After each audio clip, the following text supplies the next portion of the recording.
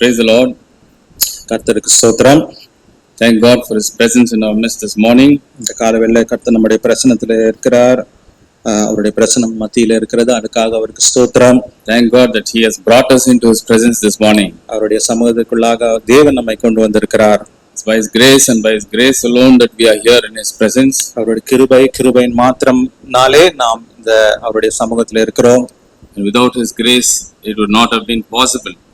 ஆண்டவருடைய கிருபை இல்லை என்றால் இங்கு இருக்கவே முடியாது. Amen. வேற ஏதாவது ஐடியா தெரிஞ்சா எனக்கு சொல்லுங்க. எனக்கு தெரிஞ்ச கிருபையினால தான் நான் இங்க காணப்பட்டேன். We are here by the grace of God this morning. இந்த காலவேளை ஆண்டவருடைய கிருபையினாலே இருக்கிறோம். ஆமென். Praise the Lord. The Lord is good. கர்த்தர் நல்லவராக இருக்கிறார். And His mercy endures forever. அவருடைய கிருபை என்றும் உள்ளது. For our meditation this morning, I want to present before you the need of the hour. அதாவது இந்த நேரத்தினுடைய தேவையை குறித்து நான் உங்களிடத்துல பேச விரும்புகிறேன். The title for the message this morning is the need of the hour. இந்த காலவெளியிலே அதாவது செய்தியினுடைய தலைப்பு என்னவென்றால் இந்த நேரத்துக்கு தேவையானது. We have a God who understands us. நம்மை புரிந்து கொள்ளுகிறதான ஒரு தேவன் நமக்கு இருக்கிறார். Do you have a God who understands you? உங்களை புரிந்து கொள்ளுகிற ஒரு தேவன் இருக்கிறாரா? Amen. Amen. He knows you. அவர் உங்களை அறிந்திருக்கிறார். There's a song that says He knows my thoughts. அதாவது ஒரு பாடல் இருக்கிறது, அவர் என்னுடைய நினைவுகளை அறிந்திருக்கிறார். He knows my name, He knows my thoughts, He knows my every care. என்னுடைய பெயரை அறிந்திருக்கிறார், என்னுடைய சிந்தனைகளை அறிந்திருக்கிறார், என்னுடைய தேவைகள் அனைத்தையும் அறிந்திருக்கிறார். He sees me when I fall and He hears me when I call. நான் விழும்பொழுது அவர் பார்க்கிறார், நான் அவரை கூப்பிடும் பொழுது என்னை அவர் கேட்கிறார். So we have a God who understands us. நம்மை புரிந்து கொள்ளுகிறதான ஒரு தேவன் நம் மத்தியில இருக்கிறார். And He knows what we need. அவருக்கு நமக்கு என்ன தேவை என்று அவர் அறிந்திருக்கிறார். Not only does He know what we need, but He encourages us according to our need also. அதாவது நமக்கு என்ன தேவை என்று அறிந்திருக்கிறது மாத்திரமல்ல, நம்முடைய தேவைக்கேற்றபடி நம்மை உற்சாகப்படுத்துகிற தேவனாக இருக்கிறார். When I'm down, when I'm discouraged, the Lord is there to encourage me. நான் அதாவது அதைரியப்படும் பொழுது தேவன் என்னை உற்சாகப்படுத்த அவர் இறங்கி வருகிறார். And so also with you. உங்களோடு கூட அப்படிதான்.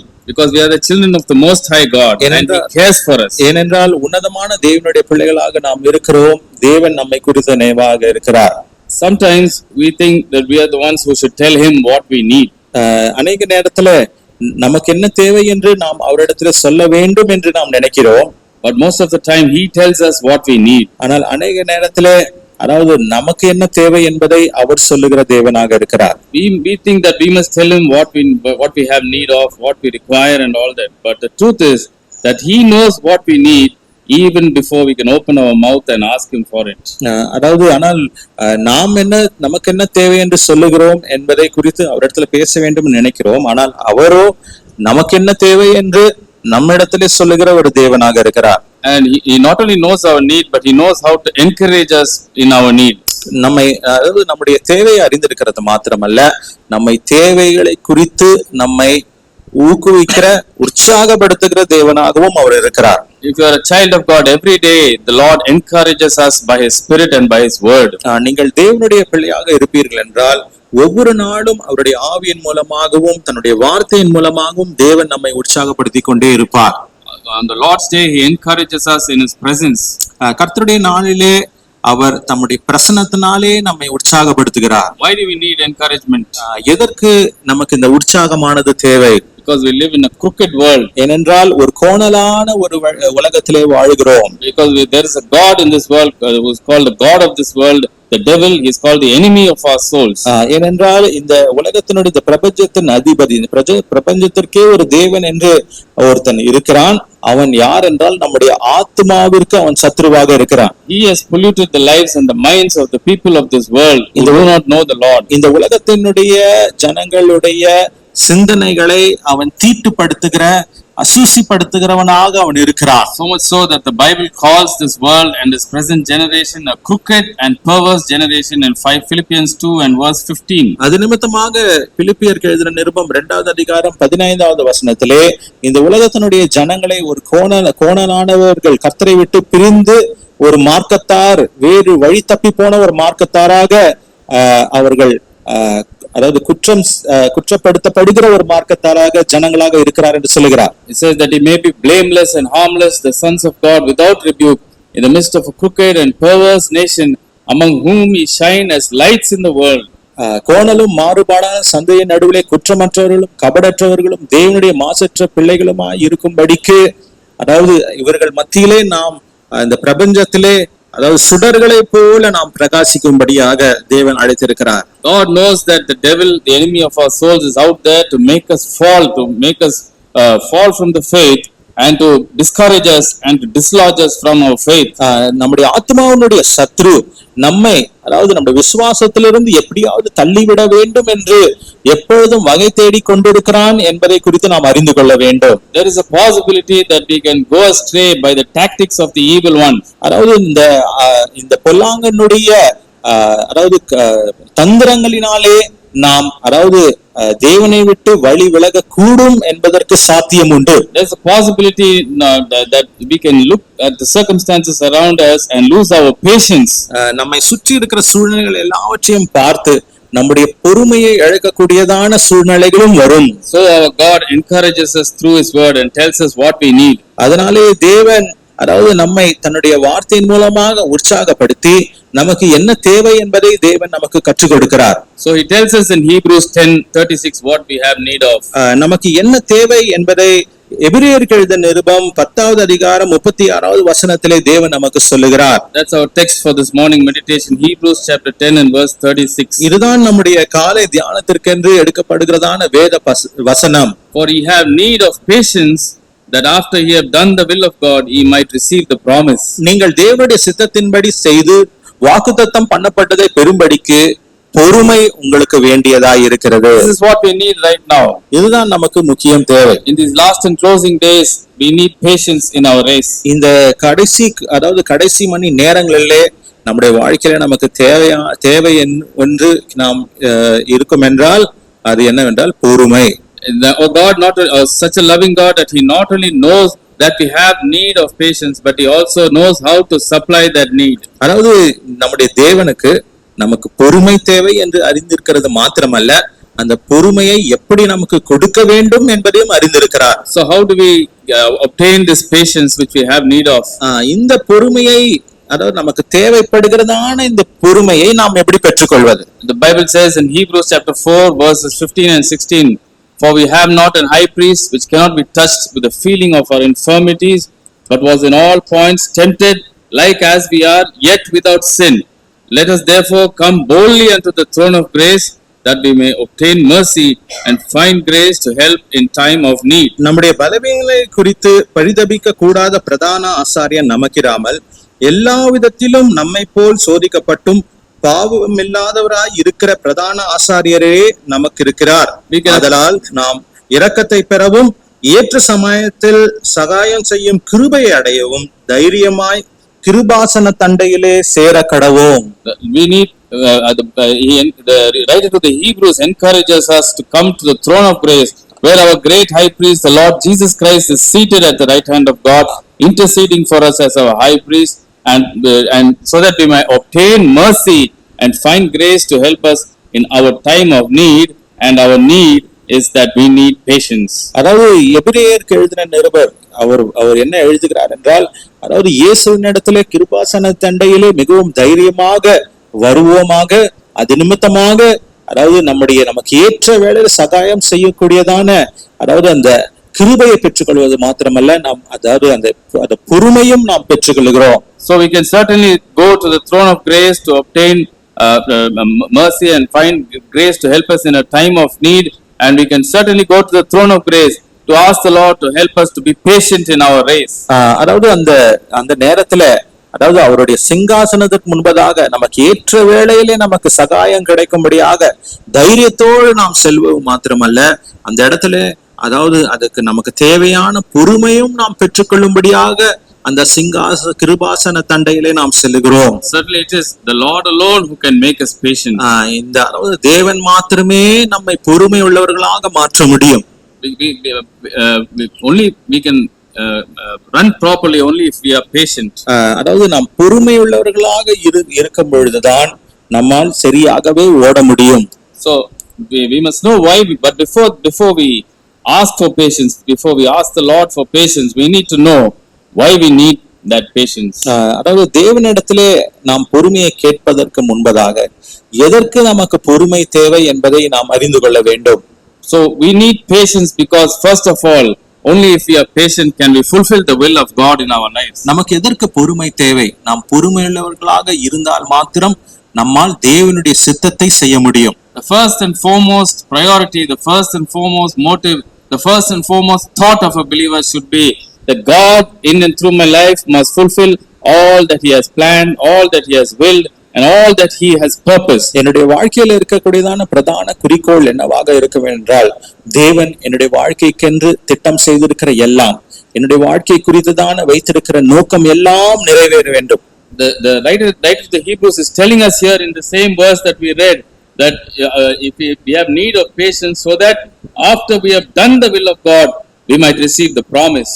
அதாவது எபிரேயருக்கு எழுதுற அதே ஆக்கியோன் அவர் சொல்லுகிறார், அதாவது நாம் செய்ததை இதையெல்லாம் நாம் செய்த பின்பு நாம் வாக்குத்தத்தங்களை பெறும்படிக்கு நமக்கு பொறுமை தேவை. Every believer is called to do the will of God. நான் ஒவ்வொரு விசுவாசியும் தேவனுடைய சித்தத்தை செய்யும்படியாக அழைக்கப்படுகிறார்கள். And there are no exceptions. அதுல விதிவிலக்கு என்பது எதுவும் இல்லை. There are no excuses. அதற்கு சாக்கு போக்கு சொல்வதற்கும் இடமில்லை. Only a deep consecrated life with God and prayer and sincerely seeking God's will by reading His word and being in constant association with the Lord can we know His will. வேதத்தை மிகவும் ஆழமாக ஆராய்ந்து பார்த்து தேவனோடு ஒரு அர்ப்பணிக்கப்பட்ட பிரதிஷ்டை செய்யப்பட்ட ஒரு வாழ்க்கையின் மூலமாக தான் அந்த சித்தத்தை அறிகிறதன் மூலமாக தான் இது சாத்தியமாகும். A deep relationship with the Lord, a deeper walk with the Lord will cause a deeper desire in our lives to fulfill God's will, not only know God's will but to fulfill it. தேவனோடு இருக்கிறதான ஒரு ஆழமான உறவோடு, தேவனோடு இருக்கிற ஒரு ஆழமான ஒரு நடத்தையோடு கூட நாம் அவருடைய சித்தத்தை அறிந்து நாம் நடப்போம் என்றால் இது சாத்தியமாகும். As we patiently wait for the day that we will meet our Savior face to face, அதாவது நாம் பொறுமையோடு கூட நம்முடைய இரட்சகரை முகமுகமாய் பார்க்கிற அந்த நாளை எதிர்பார்த்து கொண்டிருக்கையிலே, as we patiently wait, there will be trials and tribulations, and there will be hardships and persecutions and oppositions. நாம் பொறுமையோடு காத்திருக்கும் பொழுது நமக்கு எதிர்கொண்டு அநேக சோதனைகளும் பரீட்சைகளும் நமக்கு நேரிடும். There will be temptations too. நமக்கு சோதனைகளும் பல உண்டாகும். When the writer of the Hebrews is writing this verse 36, he is writing in the context of the lives of those same believers to whom he is writing. எபிரேய நிருபக்காரர்கள் அதாவது இதை எழுதும் பொழுது அவர்களுடைய பின்னணியை வைத்து அவர் பேசுகிறார். He is writing in verse 32 and saying, "But call to remembrance the former days in which after ye were illuminated, ye endured a great fight of afflictions, partly whilst ye were made a gazing stock both by reproaches and afflictions, and partly whilst ye became companions of them that were so used. For ye had compassion of me in my bonds, and took joyfully the spoiling of your goods, knowing yourselves that ye have in heaven a better and an enduring substance. Cast not away therefore your confidence, which hath great recompense of reward, for ye have need of patience, that after ye have done the will of God, ye might receive the promise." எபிரேயர் 10வது அதிகாரம் 32வது வசனத்திலிருந்து, முந்தின நாட்களை நினைத்துக் கொள்ளுங்கள், நீங்கள் பிரகாசமாக்கப்பட்டிருந்த அந்த நாட்கள் உபத்திரவங்களாகிய மிகுந்த போராட்டத்தை சகித்தீர்களே. நிந்தையினாலும் உபத்திரவங்களாலும் நீங்கள் வேடிக்கையாக பார்க்கப்பட்டதும் அல்லாமல் அப்படி நடத்தப்பட்டவர்களுக்கு பங்காளிகளுமானீர்கள். நான் கட்டப்பட்டிருக்கையில் நீங்கள் என்னை குறித்து பரிதபித்ததும் அன்றி பரலோகத்தில் அதிக மேன்மையும் நிலையுள்ளதுமான சுதந்திரம் உங்களுக்கு உண்டென்று அறிந்து உங்கள் ஆஸ்திகளையும் சந்தோஷமாக கொள்ளையிட கொடுத்தீர்கள். ஆகையால் மிகுந்த பலனுக்கு ஏதுவான உங்கள் தைரியத்தை விட்டு விடாதிருங்கள். These believers were so exemplary during their early days that even the writer remembers their former deeds, how they were during their early days, and he mentions it and applauds them. அதாவது இந்த விசுவாசிகள் எல்லாரும் இந்த இந்த இந்த இந்த ஜனங்கள் எல்லோரும் அதாவது மிகவும் தேர்ச்சி பெற்றவர்களாக மிகவும் சிறந்தவர்களாக இருந்தபடியினாலே அவருடைய முந்தைய நாட்களில் அவர் எப்படி இருந்தார் என்பதை குறித்து இவர் சொல்லி அவர்களை பாராட்டுகிறார். They went through a lot of things. First of all, he says he endured a great fight of afflictions. He endured a lot of afflictions. அதாவது அவர்கள் அநேக நாட்கள் உபத்திரவங்களுக்குள்ளாக சென்றார்கள். Many of us feel that we are afflicted. அநேகர் சொல்லுகிறோம் நாம் அதாவது நான் உபத்திரவப்படுகிறேன் என்று சொல்லுகிறோம். But look at these believers. ஆனால் இந்த விசுவாசிகளை பாருங்கள். Partly they were even made a gazing stock. That is, they were made a spectacle. People would laugh at them. அதாவது அவர்கள் வேடிக்கையாக பார்க்கப்பட்டார்கள். அதாவது மக்கள் அவர்களை பார்த்து வேடிக்கையாக நகைத்த நாட்களும் உண்டு. They were reproached and afflicted, but yet they chose to go through all that. அதாவது அவர்கள் வேடிக்கையாக பார்க்கப்பட்டார்கள், அவர்கள் நகைக்கப்பட்டார்கள், பரிகாசம் செய்யப்பட்டார்கள். ஆனாலும் அவர்கள் பொறுமையோடு அதை சகித்தார்கள். When others saw those who were being made a spectacle, when others saw that the people of the world were making fun of other believers because of their faith, they also joined themselves with the ones who were suffering. So they also as a consequence were persecuted and afflicted and reproached. விசுவாசத்தினாலே இவர்கள் வேடிக்கையாக பார்க்கப்பட்டார்கள், பரிகாசம் செய்யப்பட்டார்கள் என்று மற்றவர்கள் பார்த்த பொழுது அவர்களும் இவர்களோடு சேர்ந்து அவர்களும் அந்த உபத்திரவத்திற்குள்ளாக சென்றார்கள். And so that is how they bore the reproach of Christ with patience in their lives. It was an exemplary act of patience. அதாவது இந்த பொறுமையோடு கூட இவைகள் எல்லாவற்றையும் இவர்கள் சகித்தபடினாலே அதாவது ஒரு பொறுமையின் உச்சகட்டமான ஒரு வெளிப்பாடாக இது இருந்தது. And they were so filled with the love of God that they were even willing to share the burden of the servant of God. The writer to the Hebrews himself, they were even willing to share a part of their own possessions, so that they could help the writer to the Hebrews when he had a need in his life. இப்படிப்பட்டதான ஒரு கஷ்டத்தின் மூலமாக அவர்கள் சென்றபடியினாலே அதாவது அவர்களுக்கு அவருக்கு அதாவது எபிரேயருடைய ஆக்கியோன் அவருக்கு ஒரு தேவை வந்த பொழுது இவர்கள் எல்லாரும் தங்களுடைய சொந்த ஆஸ்திகளை கொண்டு அதிலிருந்து ஒரு பங்கு எடுத்து அவர்களுக்கு கொடுத்தார். He says in verse 34, "For ye had compassion of me in my bonds, and took joyfully the spoiling of your goods, knowing in yourselves that ye have in heaven a better and an enduring substance." 34வது வசனத்திலே, நான் கட்டப்பட்டு இருக்கையில் நீங்கள் என்னை குறித்து பரிதபித்ததுமன்றி பரலோகத்தில் அதிக மேன்மையும் நிலையுள்ளதுமான சுதந்திரம் உங்களுக்கு உண்டென்று அறிந்து உங்கள் ஆஸ்திகளையும் சந்தோஷமாய் கொள்ளையிட கொடுத்தீர்கள். They patiently endured all these things because they knew that there was an enduring substance that was waiting for them in heaven, a better and an enduring substance. அதாவது இந்த பொறுமையோடு கூட இவைகள் எல்லாவற்றையும் சகித்தார்கள். ஏனென்றால் அதாவது நிலையுள்ளதுமான சுதந்திரம் அவர்களுக்கு பரலோகத்தில் வைக்கப்பட்டிருக்கிறது என்பதை அவர்கள் அறிந்திருந்தார்கள். This is not only a commendation to the Hebrews to whom he is writing, but a commendation to you and me this morning. எபிரியருக்கு இது ஒரு பாராட்டாக இருக்கிறது மாத்திரமல்ல, உங்களுக்கும் எனக்கும் இது ஒரு பாராட்டாகவும் இருக்கிறது. Their motivation was that better and enduring substance, and not only was that better and enduring substance their motivation, but they were confident in that this will definitely be given to me by my Lord when I shall see him face to face. There is certainly a recompense of reward for what I am doing in his name. அதிக மேன்மையும் நிலையுள்ளதுமான சுதந்திரம் என்பதை குறித்து அவர்கள் மேன்மையுள்ளவர்களாக மாத்திரமல்ல அதை எதிர்பார்த்திருந்தார்கள்.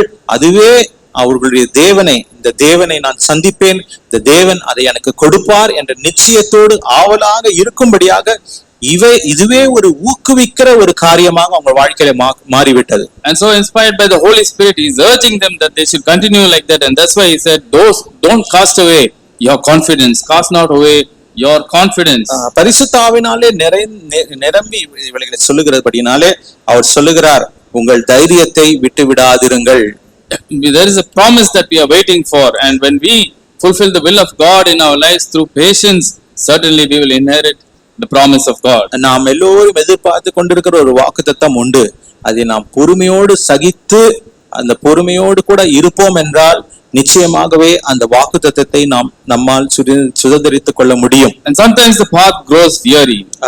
அநேக நேரத்திலே அந்த பாதையானது மிகவும் அதாவது வேதனை உள்ளதாக மாறிவிடும், சோறு உள்ளதாக மாறிவிடும். But like I said this morning, our God is a God who encourages us. ஆனால் நான் இந்த காலையில சொன்னது போல நம்முடைய தேவன் நம்மை உற்சாகப்படுத்துகிற ஒரு தேவனாக இருக்கிறார். I don't know about you, but I need a lot of encouragement. உங்களை குறித்து எனக்கு தெரியாது, ஆனால் எனக்கு அநேக அதாவது உற்சாகப்படுத்தக்கூடியதான வார்த்தைகள் அதிகம் எனக்கு தேவை. And other than me, if there's anyone else here who needs encouragement, the Lord is here to encourage you. உற்சாகப்படுத்த வேண்டிய யாராவது இருக்கிறீர்கள் என்றால் கர்த்தர் இந்த நாளிலே உங்களை உற்சாகப்படுத்த விரும்புகிறார்.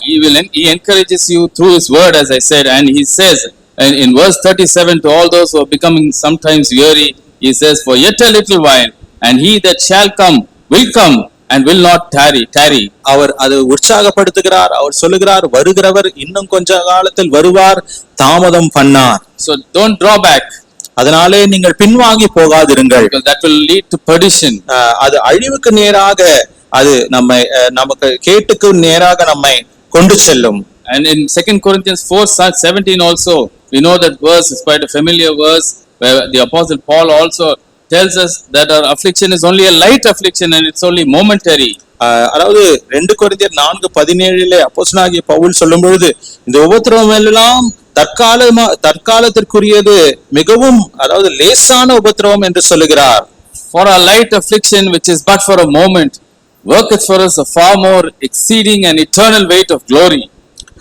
அதாவது மேலும் காணப்படுகிறவைகள் அல்ல, காணப்படாதவைகளை நோக்கி இருக்கிற நமக்கு அதிசீக்கிரத்தில் நீங்கும் லேசான நம்முடைய உபத்திரவம் மிகவும் அதிகமான நித்திய கன மகிமையை உண்டாக்குகிறது. It's only a momentary affliction or a momentary time of suffering that we are going through on this earth. இந்த உலகத்தின் மேலே நாம் கடந்து செல்லுகிறதான இந்த உபத்திரவம் என்னவென்றால், ஒரு சில அதாவது மிகவும் ஒரு குறுகிய ஒரு காலத்துக்கு உட்பட்ட ஒரு உபத்திரவம் தான். But the fruit that it produces, or the end result of that momentary affliction, when we bear it with patience, is that it produces a far more exceeding weight of glory and eternal weight of glory. இந்த லேசான உபத்திரவத்தை நாம் பொறுமையோடு கூட சகிப்போம் என்றால் அது நமக்குள்ளாக அதிகமான நித்திய கன மகிமையை உண்டாக்கும். அது சீக்கிரத்தில் நீங்கிவிடும் இந்த லேசான உபத்திரம். நீ சோர்ந்து போகாதே. We sing that song, don't we? அதை நாம் பாடுகிறோம், ஒரு பாடலை நாம் பாடுகிறோம். A momentary affliction, that's all. அது மிகவும் சீக்கிரத்துல நீங்கிவிடும். அது ஒரு சில நொடி நேரத்துக்கு தான், குறுகிய நேரத்திற்கு தான். And after it is all over, he that shall come will come. அதுக்கு பின்பதாக எல்லாம் முடிந்துவிடும். வருவேன் என்று சொன்னவர் வருவார். And like our pastor said this morning, if it happens this month, all the more better. இந்த மாதத்திலே இது நடைபெற்றால் இன்னும் சந்தோஷம். But the question is whether we are running with patience. ஆனால் கேள்வி என்னவென்றால், நாம் பொறுமையோடு கூட ஓடுகிறோமா? Because there are so many things that can discourage us and make us lose our patience. ஏனென்றால் நம்மை சோர்ந்து போக செய்து நம்முடைய பொறுமையை இழக்க செய்யக்கூடிய காரியங்கள் அநேகம் உண்டு. But the Lord is working in us, and if we will yield ourselves, there is something that is happening inside of us as we bear this light affliction. அதாவது கர்த்தர் நமக்குள்ளாக கிரியை செய்து இந்த லேசான உபத்திரவை நாம் சகிப்போம் என்றால், அதாவது ஒரு பெரிய காரியத்தை கர்த்தர் மூலமாக செய்ய வல்லவராக இருக்கிறார். In 2 Corinthians chapter 4 and verse 16, we read, for which cause we faint not, but though our outward man perish, yet the inward man is renewed day by day. 2 கொரிந்தியர் 4:16 நாம் வாசிக்கும் பொழுது, ஆனபடினாலே நாங்கள் சோர்ந்து போகிறதில்லை, எங்கள் புறம்பான மனுஷனானது அழிந்து உள்ளான மனுஷனானது நாளுக்கு நாள் புதிதாக்கப்படுகிறது. Something is happening inside of us as we draw closer unto the Lord and as we run the race in patience. தேவனோடு நாம் அதிகமாக நெருங்கி வர நமக்குள்ளாக ஏதோ ஒரு காரியம் நடைபெற்று கொண்டே இருக்கிறது. The Holy Spirit is constantly working in us and making us like Jesus Christ. பரிசுத்த ஆவியானவர் தொடர்ச்சியாக நமக்குள்ளாக கிரியை செய்து நம்மை இயேசுவை போல மாற்றிக் கொண்டிருக்கிறார். The outward man may be growing older and older by the day. புறம்பாக இருக்கிற மனுஷன் ஒவ்வொரு நாளும் அவனுக்கு வயதாகி கொண்டே இருக்கிறது. But the inward man is being renewed day by day by the Holy Spirit, to be conformed to the image of our Lord and Savior Jesus Christ. உள்ளான மனுஷனே ஒவ்வொரு நாளும் புதிதாகப்பட்டு ஆண்டவராகிய இயேசு கிறிஸ்துவினுடைய சாயலுக்கு ஒப்பாக அவன் மாற்றப்படுகிறான். And as he keeps doing this, because he is doing this, we faint not. இப்படியாக, அதாவது அவர் இப்படி செய்கிறபடினாலே நாங்கள் சோர்ந்து போகிறதில்லை. In 2 Corinthians chapter 4 and verse 1, the apostle Paul says, we have received mercy and therefore we faint not. அதாவது 4:1 2 கொரிந்தியர் 4:1 அப்போஸ்தலனாகிய பவுல் சொல்கிறார், இப்படிப்பட்ட ஊழியத்தை உடையவர்களாகிய நாங்கள் இரக்கம் பெற்றிருப்பதால் சோர்ந்து போகிறதில்லை. The same Lord who granted mercy to the apostle Paul grants mercy to you and me also, because we are washed in the blood of Jesus. அப்போஸ்தலனாகிய பவுலுக்கு அதாவது இரக்கத்தை பாராட்டின அதே தேவன் நமக்கும் அந்த இரக்கத்தை பாராட்டுகிறார். என்னென்றால் அவருடைய இரத்தத்தினாலே நம்மை அவர் கழுவி இருக்கிறார். We repented of our sins. We put our faith and our trust in the finished work of Calvary, and we asked the Lord to cleanse us and wash us. And on that day we were born again into the kingdom of God. And since that day we have access to the throne room of grace. அதாவது நாம் மனம் திரும்பி நம்முடைய பாவத்தை நாம் அறிக்கை செய்தோம். தேவனோ நம்மை மன்னித்து அவருடைய கிருபையினாலே நம்மை மீட்டெடுத்து நம் ரட்சிப்பு அடையும்படியாக செய்தார். He grants us his mercy and grace, and so the apostle Paul, who has had a ministry in him to be an apostle to the Gentiles, he says, we faint not. இரக்கத்தையும் கிருபையும் பாராட்டி, அதாவது அப்போஸ்தலனாகிய பவுலுக்கு எப்படியாக இரக்கத்தை காண்பித்தாரோ அது நிமித்தம் அதே போல நமக்கும் காண்பிக்கிறார். இதனாக அவர் இரக்கத்தை நிமித்தம் நாங்கள் சோர்ந்து போவதில்லை. And that was why he was able to accomplish his mission in his life. அது நிமித்தமாக தான் தன்னுடைய வாழ்க்கையில் தன்னுடைய அதாவது ஊழியத்தை அவரால் செய்ய முடிந்தது. And I'm sure, and you are also sure, that on that day when he met his Savior, he heard those words, well done thou good and faithful servant. அவனுடைய ஊழியத்தை முடித்து அவனுடைய இரட்சகரை அவன் சந்தித்த அந்த நாளிலே அவன் அந்த சத்தத்தை அந்த வார்த்தைகளை கேட்டிருப்பான். அதாவது உண்மையும் உத்தமான ஊழியக்காரனுடைய எஜமானுடைய சந்தோஷத்திற்குள்ளாக பிரவேசி. So you and I also, we need patience in order that the will of God might be accomplished in our lives, and so that we might receive the promise of God. நீங்களும் நானும் அதாவது தேவனுடைய சித்தம் செய்யப்பட வேண்டும் என்று விரும்பி, அதாவது நாம் பொறுமையுள்ளவர்களாக இருக்க வேண்டும். And second reason why we need patience is that patience leads to perfection. இரண்டாவதாக எதற்கு நமக்கு பொறுமை தேவை? அதாவது பொறுமையானது நம்மை பூரணத்திற்கு நேராக நம்மை நடத்தி செல்கிறது. In the epistle to James, the apostle James says in chapter 1 and verses 3 and 4 that faith is tested, it produces patience. அதாவது யாக்கோபு தன்னுடைய நிருபத்திலே 1வது அதிகாரத்திலே அவர் சொல்லும் பொழுது, அதாவது உங்களுடைய விசுவாசம் பரீட்சிக்கப்படும் பொழுது அது பொறுமையை உண்டாக்குகிறது. James 1:3 and 4 says, knowing this, that the trying of your faith worketh patience, but let patience have a perfect work, that ye may be perfect and entire, wanting nothing. யாக்கோபு 1:3 உங்கள் விசுவாசத்தின் பரீட்சையானது பொறுமையை உண்டாக்கும் என்று அறிந்து அதை மிகுந்த சந்தோஷமாக எண்ணுங்கள். நீங்கள் ஒன்றிலும் குறைவுள்ளவர்களாய் இராமல் பூரணாயும் நிறைவுள்ளவர்களாயும் இருக்கும்படி பொறுமையானது பூரண கிரியை செய்ய கடுவது. Remember this when you are tried, dear brothers and sisters. நீங்கள் சோதிக்கப்படும் பொழுது இதை நினைவு கூறுங்கள். When you are tried and tested, your faith is being tested so that it might produce patience, and that patience will produce perfection in your life. உங்களுடைய விசுவாசமானது பரீட்சிக்கப்படும் பொழுது, அதாவது அது பொறுமையானது சோதிக்கப்படுகிறது, ஆனால் அந்த பொறுமையானது பூரணப்பட வேண்டும். In other words, when we are patient in enduring the hardships and the trials and the afflictions that we go through, then we are displaying and exhibiting the nature of our example in the same thing, who is the Lord Jesus Christ, who also endured a great deal of afflictions for you and for me, so that he might ultimately receive what was prepared for him by the Father. பொறுமையானது, அதாவது நாம் இந்த பரீட்சைகள் எல்லாவற்றையும் நாம் பொறுமையோடு சகிப்போம் என்றால், பொறுமையோடு இருப்போம் என்றால், பிதாவினால் வாக்குத்தத்தம் பண்ணப்பட்ட அனைத்தும் தேவன் நாம் பெற்றுக்கொள்ளும்படியாக செய்கிறார். In other words, patient endurance leads us to a Christ-like nature. அதாவது பொறுமையாக நாம் சகிப்பது என்பது கிறிஸ்துவனுடைய சுபாவத்திற்கு நேராக நம்மை நடத்தும்.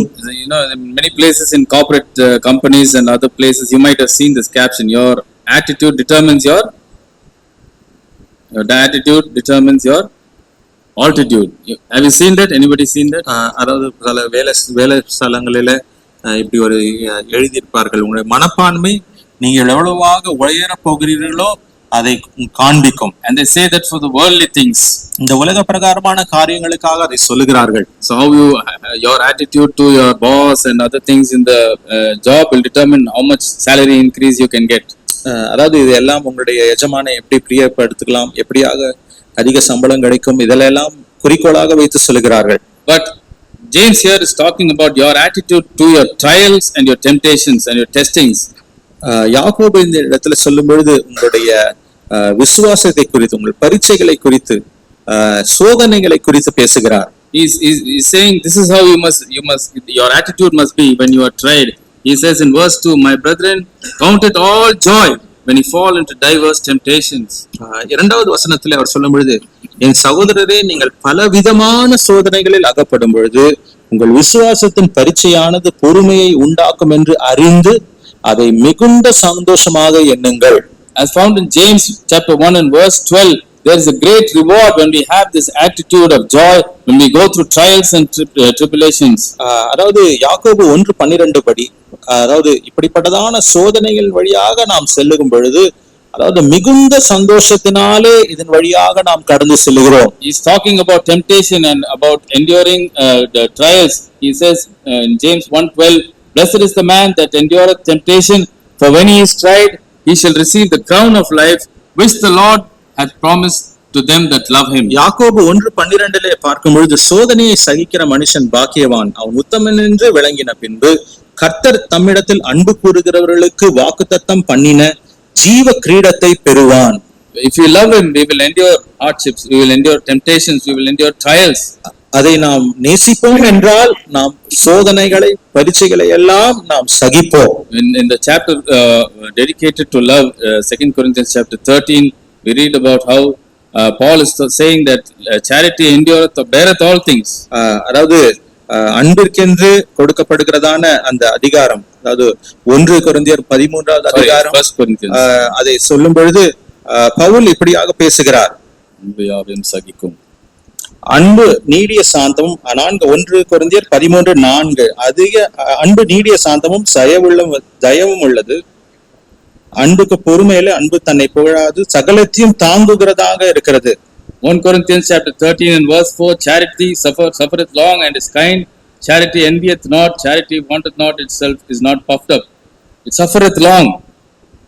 அதாவது அன்பு நீடிய சாந்தமும் தயவு உள்ளது. And in verse 7, beareth all things, அது சகலத்தையும் தாங்கும். 7வது வசனம், believeth all things, hopeth all things, endureth all things. சகலத்தையும் விசுவாசிக்கும், சகலத்தையும் நம்பும், சகலத்தையும் சகிக்கும். The world says love never fails.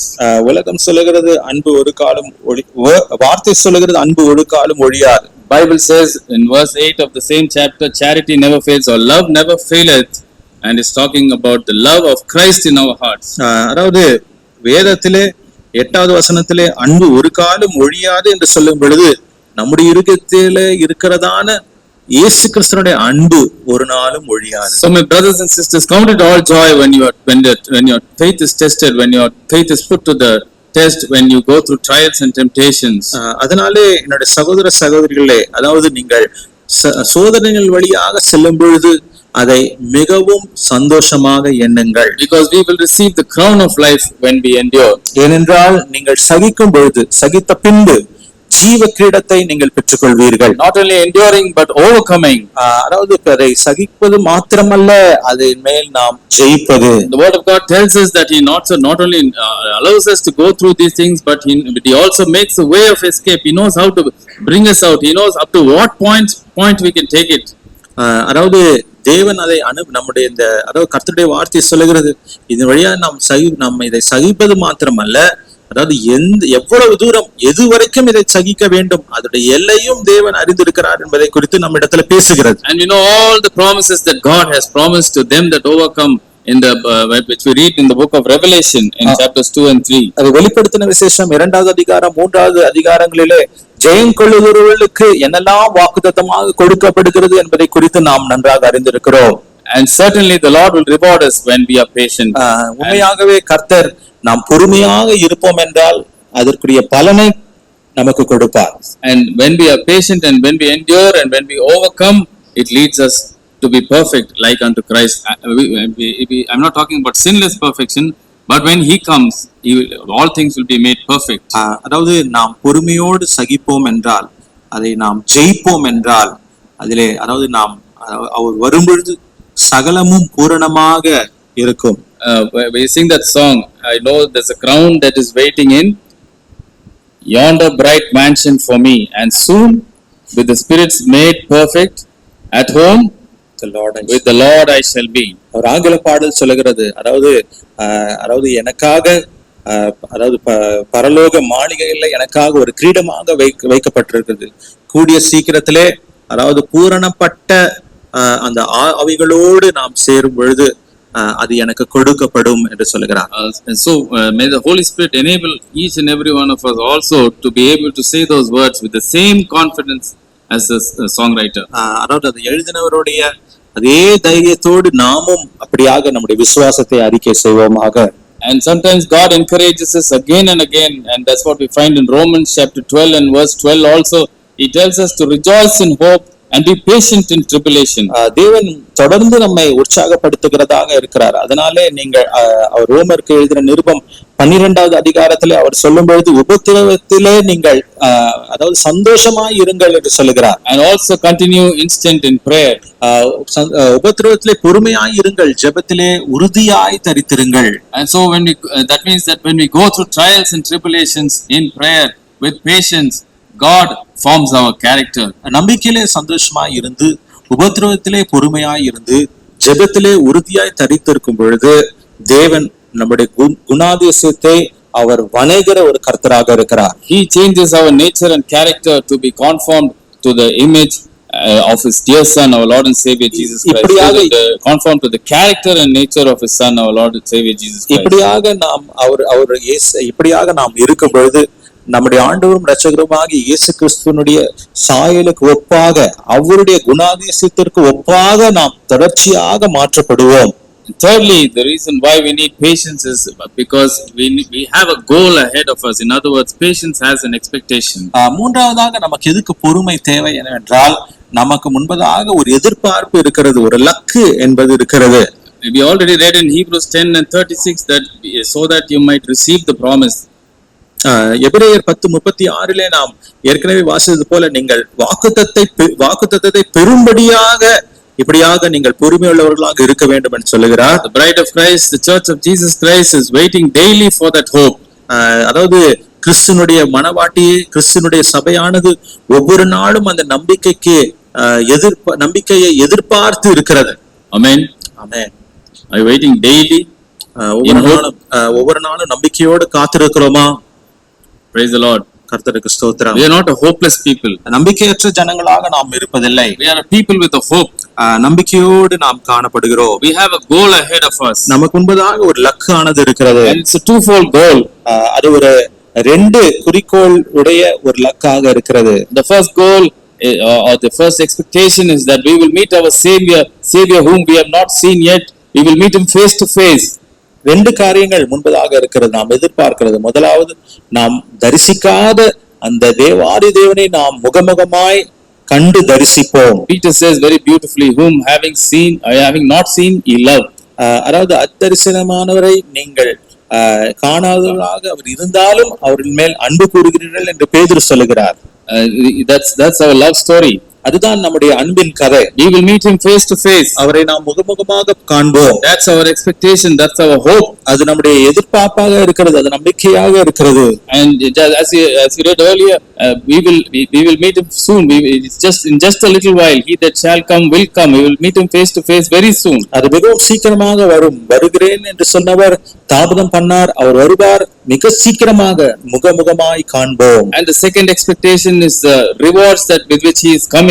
இரண்டாவது எதிர்பார்ப்பு, அவர் நமக்கென்று கொண்டு வருகிறதான பலன்கள். Not only the rewards for our deeds that we have done here on earth. நம்ம இந்த உலகத்தின் மேல் அவருக்காக செய்த கிரியைகள் நிமித்தமாக நாம் பெறப்போகிற பலன்கள் அல்ல. Remember, every deed, every action is weighed in the balance. ஒவ்வொரு கிரியையும் அதாவது தராசிலே வைக்கப்பட்டு நிறுத்தி வைக்கப்படுகிறது. And so he is going to justly reward us. அவர் மிகவும் நியாயமாக நமக்கு பலன் அளிக்க போகிறார். The word of God says just recompense of reward. அதாவது நியாயமாக நமக்கு ஒரு பலனை அவர் கொடுக்கிறார். So there are rewards that he is coming with, and there is a permanent dwelling place, the holy city, the new Jerusalem that we are waiting for. அதாவது நமக்கு கொடுக்கக்கூடியதான பலன்கள் அதிகம் உண்டு. அது மாத்திரமல்ல, பரிசுத்த நகரமாகிய புதிய எருசலேம் நமக்காக வாக்குத்தத்தமாக கொடுக்கப்படுகிறது. We will rule and reign with our Savior for 1,000 years upon this earth. இந்த உலகத்தின் மேல் நம்முடைய இரட்சகரோடு கூட ஒரு 1000 வருடம் நாம் அரசாட்சி செய்வோம். And after that we will be with him forever and ever in the holy city, the new Jerusalem. அதற்கு பின்பதாக 1000 வருடம் மிக முடிந்த பின்பு நித்தியமாக நம்முடைய இரட்சகரோடு நாம் காணப்படுவோம். So we are waiting in hope. அதனாலே நாம் பொறுமையோடு நாம் காத்து கொண்டிருக்கிறோம். Waiting patiently to receive that expectation, receive that hope. அதாவது பொறுமையோடு கூட, அதாவது நாம் அதை பெற்றுக்கொள்ளும்படியாக காத்து கொண்டிருக்கிறோம். Amen. Amen. Amen. So our patience has an expectation, our patience has an end. நம்முடைய பொறுமைக்கு ஒரு எதிர்பார்ப்பு உண்டு, நம்முடைய பொறுமைக்கு ஒரு முடிவு உண்டு. If you're going for a job interview, அதாவது வேலைக்கென்று அதற்கென்று நீங்கள் அந்த இன்டர்வியூக்கு போவீர்கள் என்றால், and the interview is scheduled to be held at 9 a.m. in the morning, and so you're there at 8:55, and then the interview is over by around 11 o'clock, and they tell you to wait till 5 o'clock. Won't you wait? அதாவது நேர்காணலுக்கு போகும்பொழுது 9 மணிக்கு interview இருக்கிறது, அதனால 8:55 அங்க போயிடுறோம். Interview முடிச்சு 11 மணிக்கு இன்டர்வியூ முடியுது. சாயங்காலம் 5 மணி வரைக்கும் நீங்க காத்திருங்கள் என்று சொன்னால் காத்திருக்காமல் இருப்போமா? No, I have to go elsewhere. அதனால நாம இன்னும் போகணும் அப்படி நாம சொல்லுவோமா? Will you say that? அது சொல்லுவோமா? Definitely not. அப்படி சொல்ல மாட்டோம். Because you want that money. ஏனென்றால் அந்த பணம் நமக்கு தேவை. Your expectation is that package. அந்த எதிர்பார்ப்பு என்னவென்றால் உங்களுடைய சம்பளம், CTC. அதாவது அந்த கழகத்திற்கு எப்படியாக நீங்கள் எவ்வளவு செலவு அது உங்கள் மேல் அவர்கள் கொடுக்க போகிறதான அந்த செலவு. Cost to company. அந்த cost company. I don't care how much I cost to that company. If they give it to me, that's enough. அதாவது அவர்களுக்கு நான் எவ்வளவு, எனக்காக அவர்கள் எவ்வளவு செலவு செய்ய வேண்டும் என்பது எனக்கு கவலை இல்லை, எவ்வளவு எனக்கு கொடுக்க போகிறார்கள். And so for that package you will wait, even not only till 5 o'clock, even if they ask you to wait till 8 p.m. you will wait. அதற்காக அவர் எவ்வளவு நமக்கு கொடுக்க போகிறார்கள் என்பதனாலே, அதாவது 5 மணி வரை மாத்திரமல்ல, 8 மணி ஆனாலும் அதை இருந்து நாம் பெற்றுக்கொள்வோம். And when finally at 5 p.m. or 8 p.m. they give that appointment order to you. 5 மணிக்கு அதாவது நீங்கள் வேலை உங்களுக்கு தான் என்று உறுதிப்படுத்தி கடிதத்தை உங்களுக்கு கொடுப்பார்கள் என்றால், there are some people who will jump on the spot. ஒரு சில அதே இடத்துல குதிப்பார்கள். Have you seen such people? அப்படியாக பார்த்திருக்கிறீர்களா? So that's a joy that we are waiting for. அப்படிப்பட்டதான ஒரு சந்தோஷம் தான் நமக்கு உண்டு. With expectation, ஒரு எதிர்பார்ப்போடு நாம் அதற்காக காத்திருக்கிறோம். the realization of that expectation, அதாவது எதிர்பார்ப்பின் நிறைவேறுதல், அதுக்காக காத்து கொண்டிருக்கிறோம். very soon our expectation will be realized. மிக சீக்கிரமாக நம்முடைய எதிர்பார்ப்பானது நிறைவேறும். And the Hebrew believers were confident in that. எபிரேய விசுவாசிகள் எல்லாம் அதிலே உறுதியாக இருந்தார்கள். Today even you and I are called to be confident with the same or even more confidence. இந்த நாளிலும் நாம் அதோடு, அதாவது அதை நினைத்து நாம் மிகவும் அதிக அதாவது நம்பிக்கையோடு காத்திருப்போமாக. And so let us wait with patience. அதனாலே நாம் பொறுமையோடு காத்திருப்போம். We read about many examples of patience in various epistles in the Bible, in James and Peter's epistle and all that. பேதுரு, யாக்கோபுடைய நிருபங்களிலே இப்படியாக பொறுமையாக இருந்தவர்களுடைய சாட்சியை குறித்து, உதாரணங்களாக அநேகரை குறித்து நாம் பார்க்கிறோம். If you are a born again child of God, God has planned everything for you. He has set everything in order. பொறுமை, அதாவது நீங்கள் மறுபடியும் பிறந்த தேவனுடைய பிள்ளையாக இருப்பீர்கள் என்றால், தேவன் எல்லாவற்றையும் உங்களுக்காக திட்டம் பண்ணி வைத்திருக்கிறார். சகலவற்றையும் நேர்த்தியாக ஒன்றின் பின் ஒன்றாக அவர் அடுக்கி வைத்திருக்கிறார். He has set a timetable. அவர் கால அட்டவணையை வைத்திருக்கிறார். We can't run ahead of him. அதற்கு அவருக்கு முன்பதாக நம்மால் ஓட முடியாது. Impatience is not the key. அதாவது பொறுமை இல்லாமல் இருப்பது என்பது அதற்கு வழி அல்ல. Very often we say, I lost my patience. அநேக நேரத்துல பொறுமை இழந்து விட்டேன் என்று சொல்லுவோம். Spiritually speaking, brothers and sisters, we are called to never lose our patience, but to have, in fact, we are called to obtain more and more patience. ஆவிக்குரிய விதத்திலே, அதாவது நாம் பொறுமையை இழக்கக்கூடிய ஜனங்களாக இல்லை, இன்னும் அதிகமாக பொறுமையிலே வளருகிற ஜனங்களாக இருக்கும்படியாக அழைக்கப்படுகிறோம். We are asked to be patient until the Lord comes in James chapter 5 verses 7 and 8. ஆண்டவராகிய இயேசு கிறிஸ்து வரும் வரை நாம் பொறுமையாக இருக்கும்படியாக அழைக்கப்பட்டிருக்கிறோம். அதுதான் யாக்கோபுக்கு எழுதின நிருபம் 5வது அதிகாரத்திலே நாம் வாசிக்கிறோம். James chapter 5 verses 7 and 8, it says, "Be patient therefore, brethren, unto the coming of the Lord.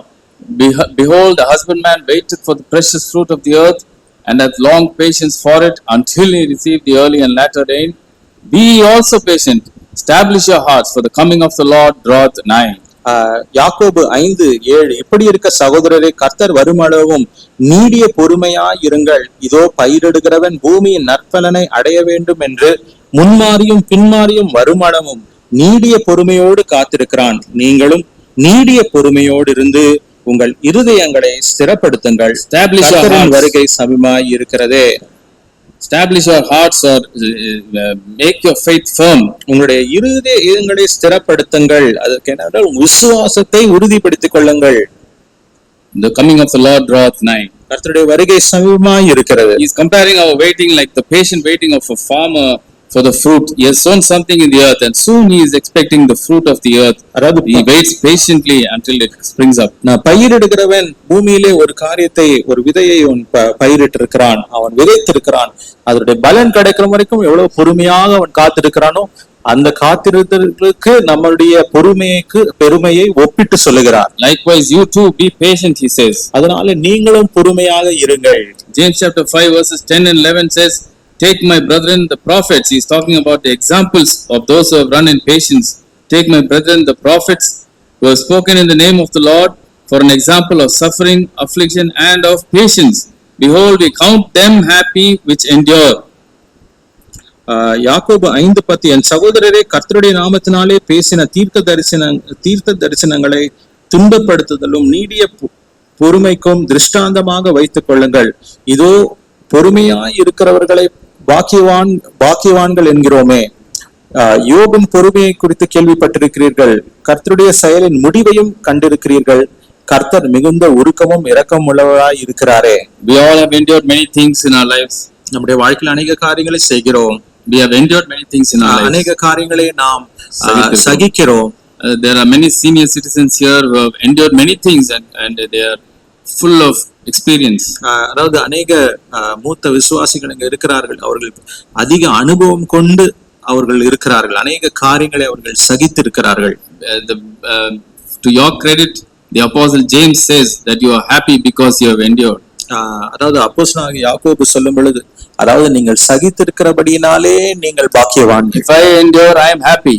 அதாவது நான் சகித்திருப்பேன் என்றால் நான் சந்தோஷமுள்ளவனாய் இருப்பேன். Because only the person who loves the Lord, who has the love of the Lord in his heart, can endure. அதாவது தேவனுடைய அன்பை ஒருவன் தன்னுடைய இருதயத்திலே கொண்டிருக்கும் பொழுதுதான் அவனால் சகிக்க முடியும். The Old Testament prophets spoke in the name of the Lord. அதாவது பழைய ஏற்பாட்டு தீர்க்கதரிசிகள் எல்லாம் கர்த்தருடைய நாமத்தினாலே பேசினார்கள். And in a world where you will expect that when you speak righteous things, the world will appreciate you, they were in fact afflicted and they were persecuted, but they endured and went through all that with patience. இந்த உலகத்துல இருக்கிற அநேக விசுவாசிகள் அந்த உபத்திரவங்கள் வழியாக விழுந்திருப்பார்கள். ஆனால் இது எல்லாவற்றையும் அவர்கள் சகித்தபடினாலே அவர்கள் அதன் மூலமாக சென்றார்கள். Not only those Old Testament prophets, but also Job. In verse 11 of James chapter 5, you have heard of the patience of Job and have seen the end of the Lord, that the Lord is very pitiful and of tender mercy. பழைய ஏற்பாட்டினுடைய தீர்க்கதரிசிகள் மாத்திரமல்ல, யோபினுடைய முடிவையும் நீங்கள் பார்த்திருக்கிறீர்கள். கர்த்தருடைய செயலின் முடிவையும் கண்டிருக்கிறீர்கள். கர்த்தர் மிகுந்த உருக்கமும் இரக்கமுள்ளவராய் இருக்கிறாரே. Brothers and sisters, go home and read that verse again 10 times, 20 times, many times. The Lord is very pitiful and full of mercy, full of tender mercy. கர்த்தருடைய செயலின் முடிவை கண்டிருக்கிறீர்கள். கர்த்தர் மிகுந்த உருக்கமும் இரக்கமுள்ளவராய் இருக்கிறாரே என்ற வசனத்தை வீட்டுக்கு சென்று மறுபடியும் வாசித்து பாருங்கள். May the Holy Spirit enable you to be a happy person who endures temptations because of the love of Jesus. பரிசுத்த ஆவியானவர் தாமே சோதனை சகிக்கிற ஒரு மனுஷனாக இருக்கும்படியாக எப்பொழுதும் உங்களுக்கு உதவி செய்வாராக. We can be patient because God is patient.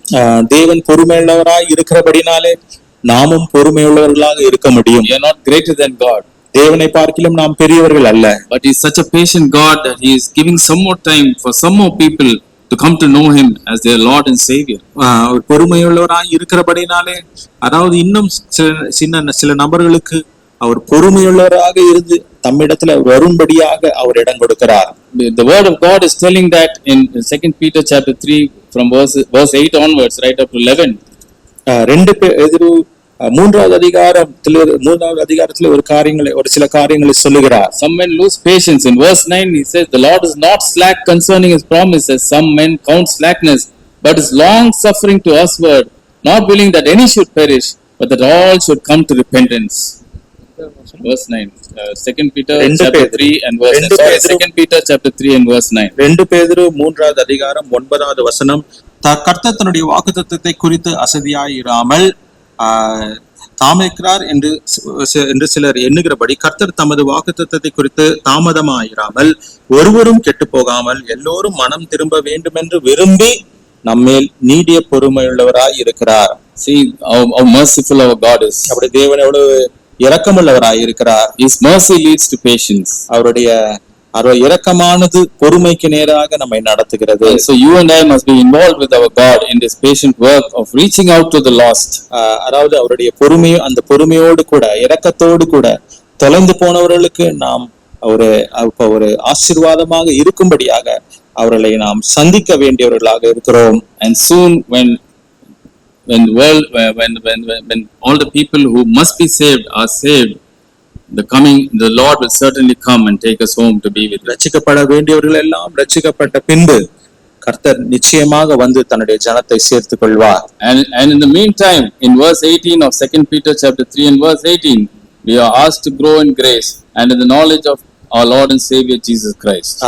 2 பேதுரு 3:18 இரட்சகராகிய இயேசு கிறிஸ்துவினுடைய கிருபையிலும் அவரை அறிகிற அறிவிலும் வளருங்கள். So brothers and sisters, this morning we are called to run our race in patience. பொறுமையோடு கூட நம்முடைய ஓட்டத்தை ஓடும்படியாக அழைக்கப்படுகிறோம். In Luke chapter 21 and verse 19, the Lord Jesus himself directly tells us, in patience possess ye your souls. லூக்கா எழுதின சுவிசேஷம் 21வது அதிகாரத்திலே, அதாவது பொறுமையிலே உங்களுடைய ஆத்துமாக்களை காத்துக் கொள்ளுங்கள் என்று ஆண்டவராகிய இயேசு கிறிஸ்துவே சொல்லுகிறார். Let us run the race with patience and with confidence. இந்த ஓட்டத்தை பொறுமையோடு கூட தைரியத்தோடு நாம் ஓடுவோமாக, knowing that there is a just recompense of reward. அதாவது நியாயமான பலன் நமக்கு உண்டாகும் என்று நன்றாக அறிந்து ஓடுவோமாக. He that shall come will come and will not tarry. வருகிறேன் என்று வாக்குத்தத்தம் பண்ணினவர் அவர் வருவார், அவர் தாமதம் செய்யார். But our light affliction, which is just for a moment, நம்முடைய அதி சீக்கிரத்தில் நீங்கும் இந்த லேசான உபத்திரவம், worketh for us a far more exceeding and abundant eternal weight of glory. நமக்குள்ளாக அது நித்திய கன மகிமையை அதை உண்டாக்கும் என்று நன்றாக அறிந்திருப்போமாக. May the Lord help us. கர்த்தர் நமக்கு உதவி செய்வாராக.